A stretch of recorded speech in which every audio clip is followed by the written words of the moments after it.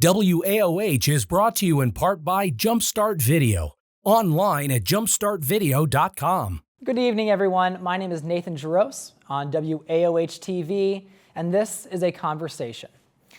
A common buzzword that's been buzzing around lately is the concept of DEI, or diversity, equity, and inclusion. Current President Donald Trump, Elon Musk have been very active in dismantling DEI programs federally and discouraging them for businesses and communities. So why is DEI being targeted? What does DEI even mean? And what are the benefits or challenges of DEI? Well, let's have a conversation. So my background has been in leadership development. Even from an early age, I am an Eagle Scout, learning about different methods of leadership, influence, adding value to people's lives. From training across the nation to even being in China, working with Chinese students on leadership development. And one of the core principles of being an effective leader is being able to embrace diversity. When I was 11 years old, I was part of a scouting leadership program. And one thing that we learned about was, of course, diversity. They use an acronym called ROPE. It stands for Reach, Organize, Practice, and Experience. The premise being that if you want to have a solid team, you have to reach out to find people who might think differently than you, who may look, act, think, or behave in different ways. And that requires reaching out and exploring new opportunities. It also requires organizing, because when there are differences, there are going to likely be challenges and struggles to work through those differences. So we have to have an organized way of planning and leading ourselves in such a way that brings out the best out of our differences. Then the practice relates to experiencing and working with your team members and learning how to work with each other with those differences. And then, of course, experience is just having the result of a well-rounded team that's not bound to conformity or groupthink, the way everybody is thinking, and that sameness. In my book, Leadership, the Universal Skill, I came up with a similar model, called it DEIT, which was discover, right? You discover new groups, new people. You educate yourself on how best to lead yourself and understand others. Include, because of course, if you don't include people in the process, you're not going to benefit. And then you thrive with that diversity. So the best leaders, even at a young age, is learning about how to embrace those differences. And in scouting, I was with Democrat and Republican leaders, a lot of Republican ones, and diversity wasn't a liberal concept. It wasn't an anti-conservative concept. It was just a basic tenet of being an effective leader. And to expand on this, when I was expanding my leadership journey, I did my master's degree in organizational leadership, but I also wanted to dive deeper in diversity and inclusion so I could be more educated on the topic. I ended up getting a certification from Cornell University in diversity and inclusion. And I can share with you that during my experience, I was not made to feel like the villain. It wasn't feeling like there were lesser opportunities. What it was sharing was different perspectives, views that maybe I myself may not have been aware of. It talked about how do we create a corporate culture where people feel free to be themselves, their authentic, true self, to be the best that they can be. We had different assessments and surveys to learn more about creating these climates where we remove biases. A common tenet in DEI is unconscious bias, where we might not even realize we have a bias against someone or some group of people based off of our past experiences, or maybe our conditioning, our training, the way we grew up. And how do we create a system where we are on a more merit-based system, learning how to submit resumes where you're able to view objectively as opposed to having a bias with someone's name. So all of these things are tactics for us to be more inclusive and bring out the best in others. So let's now go into a little bit about what DEI officially stands for. The first thing we'll break down is diversity. And again, everyone may have their own definition, but the most common definition of diversity is differences among people. And when we think about diversity even in investing terms, a wise investor does not put all their money into one fund because that would be seen as foolish. You don't invest in one sector, you spread it around because the diversity gives you strength in your portfolio. Well, that's the same in a team. You see, there are three different forms of diversity. There's physical diversity, which we are all very familiar with. Our ethnicity, our race, our gender, how tall we are, where we were born. Those are types of things that typically are harder to change, but physical diversity. Then there's ideological diversity, which is the way we think, whether we have liberal views, conservative, progressive, our religious views, or maybe whether you prefer the Browns or the Steelers. Right? It's the way we think, our ideology. And then there's behavioral diversity, things that motivate us or stress us, makes us more or less comfortable based off of our behavior. Some people might be more assertive, passive, task-focused, people-focused. And it doesn't mean that we're right or wrong, but we're motivated by different things. If you've ever taken an assessment like DISC or Enneagram, Myers-Briggs, some of those behavioral assessments are what typically see the differences in how people react to certain situations. So it's very difficult to have the idea that we would try to ban discussions on diversity because diversity is the differences that make this country stronger and what we all consist of, whether we think differently, look differently, or behave differently. And you could even look at another example of diversity is very common. It's the iceberg analogy, right? There's the iceberg that's at the top of the water that everybody sees, like your physical diversity. Then you've got things like your ideology, and that's more under the surface, under the water. And so there's things that we see and maybe things that we don't see that play into someone's diversity. But an example of where diversity is used that's so critical is, let's look at a sports team. If you have a basketball team, the odds are you're not going to have an entire team of 6'10" players or 7-foot players. That wouldn't be a wise strategy. You'd want to have your team that has diversity. You have that point guard who is maybe shorter, quicker, can pass the ball. You have shooters, you have defenders, rebounders. You don't want a team of all one strength or one style. You need diversity. You need those differences in your team so that you can cover all the bases of that sport. Now, expanding to the next topic, we're going to break down equity. Now, equity is a concept that I believe is one of the most difficult concepts for most conservatives to embrace. I think a lot of conservatives might be okay with diversity. They might be okay with inclusion. But they say, let's put the brakes on here with equity. And you see, it all comes down to the definition, how we describe it. I had sort of a Facebook keyboard warrior moment where I was having a discussion with someone who was strongly anti-equity, strong conservative, strongly against the idea of equity. And in our discussion, our little chat in the comment section, I learned something. I learned that what he viewed as equity was that equity was about forced outcomes in his mind, that we're forcing everybody to have the same result. And I've never heard equity described that way, whether it was through Cornell, whether it was through a master's program, or any DEI training or workshop I've ever been a part of. So if you have that outlook that equity is about forced outcomes, I can see why there might be some resistance to the concept. But most people would describe equity as giving people the resources and support they need to address their unique situation. So an example of equity would be taking a look at maybe some school children. Let's say there are 3 children, and the 2 subjects we'll focus on are math and science. Student A, or the first student, may be successful in math and science, performs very well, gets the concepts. The second student, student B, does well with math, but struggles with science. And then the third student struggles with math, but does well with science. A lot of people would say that equality would be that they all have the same chance to take the test, whether they fail the math test, fail the science test, or they might say equality would be, let's give every student a math tutor. Well, you could do that. That would be a form of equality. Everybody gets the same thing. But the first student doesn't need a tutor in math. That student's doing great in math.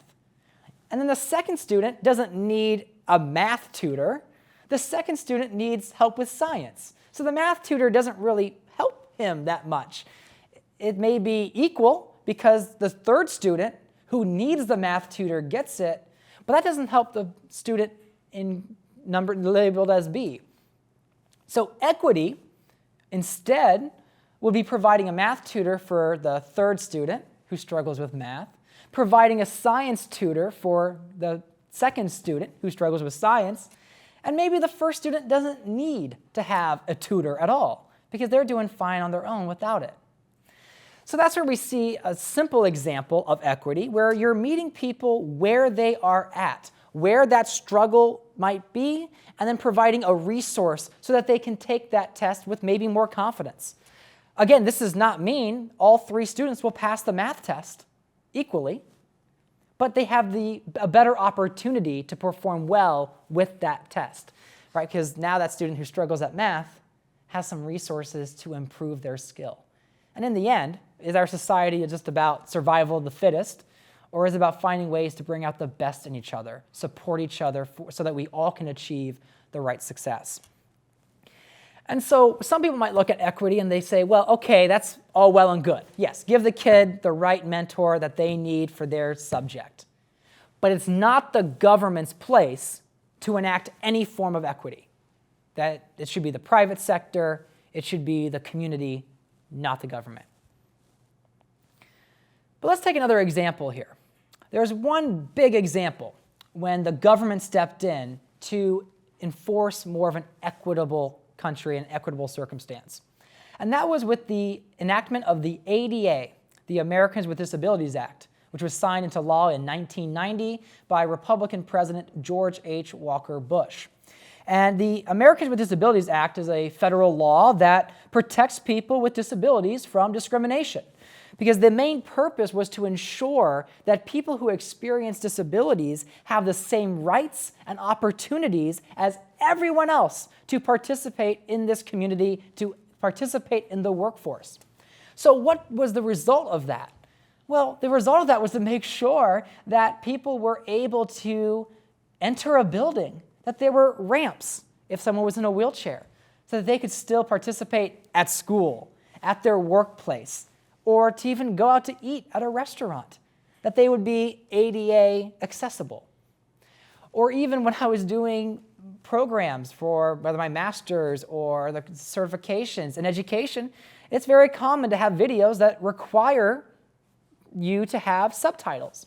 So if someone's hard of hearing, they can still read the lesson and can still experience the same learning objectives as any other student who may not have that hearing impairment. Or there are toggles on those videos that will explain what's visually on the screen. So if someone has a visual impairment, they're still able to hear the chart, the graph, what's going on in the video, so they can have that same access. So that's a big example where the government said, we want to make sure that everyone has that equal opportunity to succeed, knowing that there has to be resources provided to address some of these circumstances that someone like myself or many others may not even think about those as barriers, because we're able to benefit from that privilege. And that's another big word that many people don't like when we talk about DEI, is that concept of privilege. And oftentimes it's perceived, you might have heard white privilege or male privilege. Those are the most common ones. But all a privilege means is that maybe there is either a benefit or there is a lack of a barrier or a lack of a challenge that someone faces because of a certain circumstance or situation. Whereas white privilege and male privilege are most commonly referred, there are other forms of privilege. For example, being born in a family with a house as opposed to an apartment.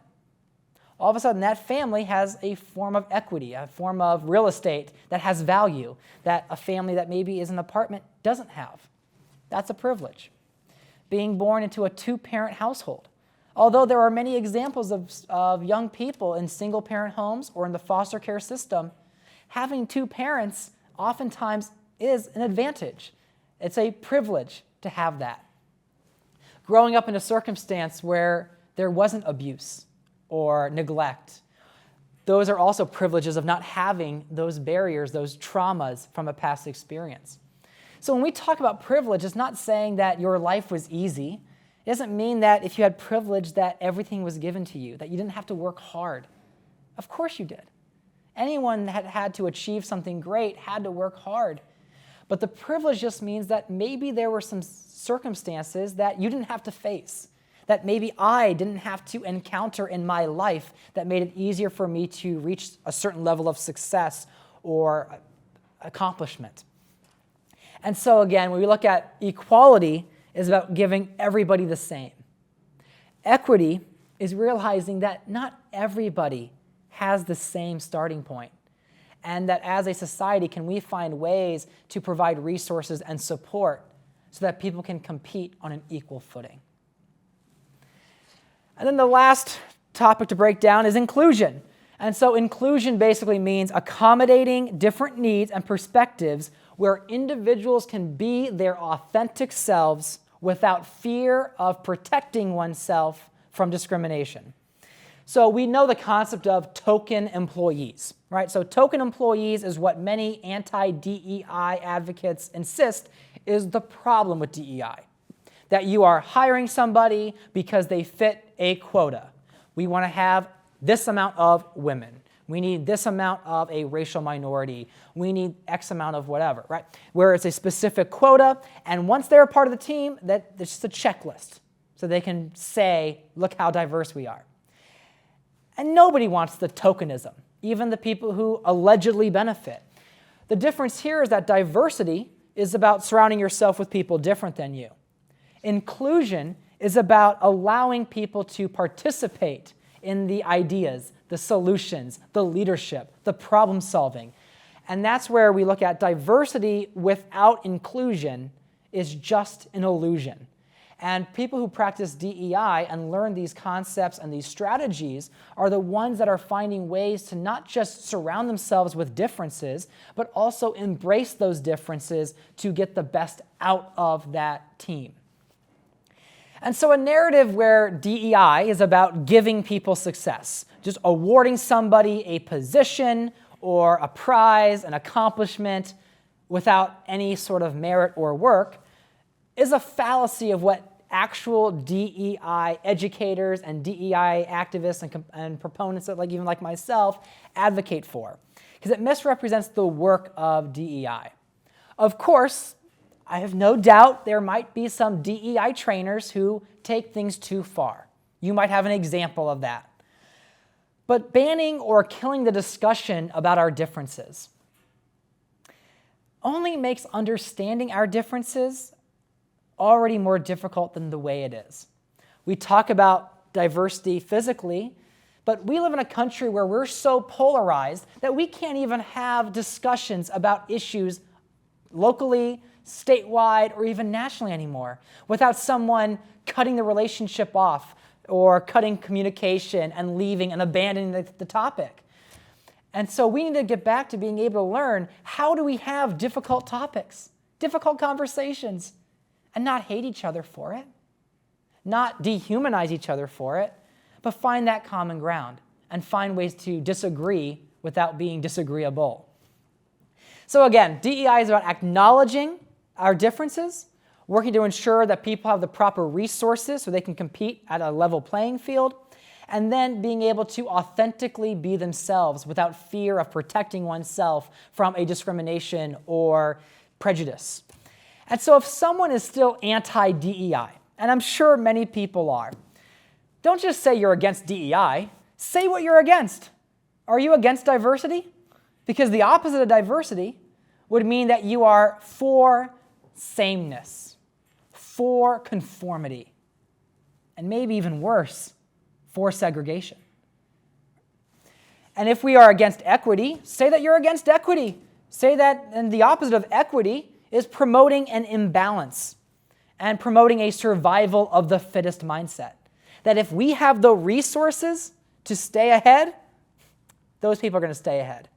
And if you lack those resources, the chance of getting an equal shot at anything is a lot slimmer. And if you are against inclusion, then say you're for exclusion. because that's the opposite of inclusion, that anyone who does not look, act, think, or behave like you do needs to keep it to themselves. So study after study will point to the fact that diverse teams tend to perform and outperform their counterparts that are less diverse on various metrics. So the one I want to share with you is from McKinsey and Company. And they had this study where they saw that companies in the top quartile for racial and ethnic diversity are 35% more likely to have better financial returns than their respective national industry medians. It goes on to say that companies in the top quartile for gender diversity are 15% more likely to financially have better returns above their national industry medians. So what this shows is that DEI advocates like myself, we take joy in our differences, as we know that the differences create more creativity and innovation and a stronger community. I'm passionate about diversity, equity, and inclusion because I know that that is what makes our country great. What makes our country great are the people within it, that we bring out the best of the entire world, of people who choose America to be their home and want to make lives better for themselves, for their family, and for the communities that they are a part of. So with all those differences come our power. And America is best when we bring out the best in all of us and not just a few of us. And so to wrap up this segment, I want to share with you a parting quote from former President Jimmy Carter. And he said this about America: "We become not a melting pot, but a beautiful mosaic. Different people, different beliefs, different yearnings, different hopes, and different dreams." And so with that, we see the best of America isn't about assimilating toward one belief, one way of looking, appearing, dressing, but rather letting each individual, unique person, unique culture shine their shine, glow their glow to make America what it is today, the greatest country on this earth. Thank you.